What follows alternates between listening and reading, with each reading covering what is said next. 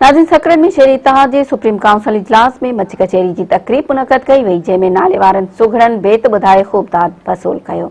उन हवाले सां ॾिसूं रज़ा मोहम्मद सियाल जी ही रिपोर्ट। जी हिन वक्त असां सकरन जे शहरी इत्तेहाद ऑफिस में मौजूद आहियूं, जिते अॼु शहरी इत्तेहाद पारां मच कचहरी रखाई वई आहे।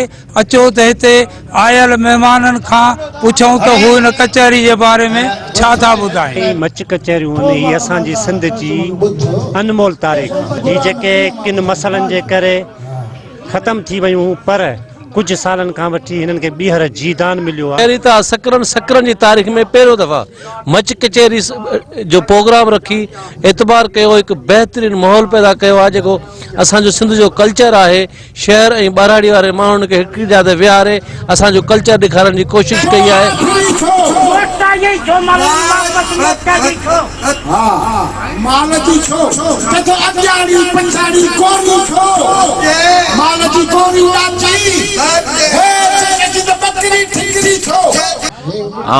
इंतहाई पहिरीं त शुक्रमंद आहियां जेके असांजा टीम जा दोस्त आया, जेके अॼु चंड वांगुरु हिननि असांखे अॼु करे कचहरी ॾेखारी आहे।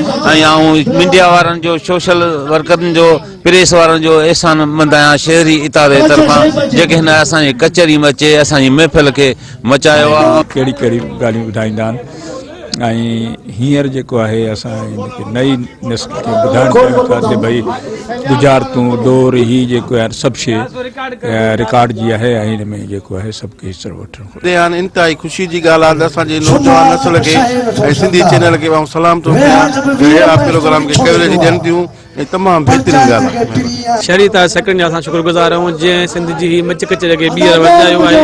हिते पूरी सिंध खां जेके उहे सुगड़ पहुतल आहिनि ऐं सकरन शहर जा मोज़िज़ पहुतल आहिनि ऐं हिते मच कचहरी जारी आहे। असीं हुनखे इंजॉय करे तव्हां सभिनी शहरी इत्तेहाद सकरन ॿाहिरां टीवी जी महिरबानी असां हिते मच कचहरी जेका कराई आहे सिंधी सकाफ़त जो हिकिड़ो बहितरीन प्रोग्राम आहे ऐं इंशाअल्लाह असीं आइंदे बि कंदा रहंदासीं। ॻाल्हियूं ॿुधियूं हिते आयल महिमाननि जूं ऐं सुगड़नि जूं। कैमरामैन काशिफ रज़ा सियाल सां गॾु रज़ा मोहम्मद सियाल, बहरान टीवी न्यूज़।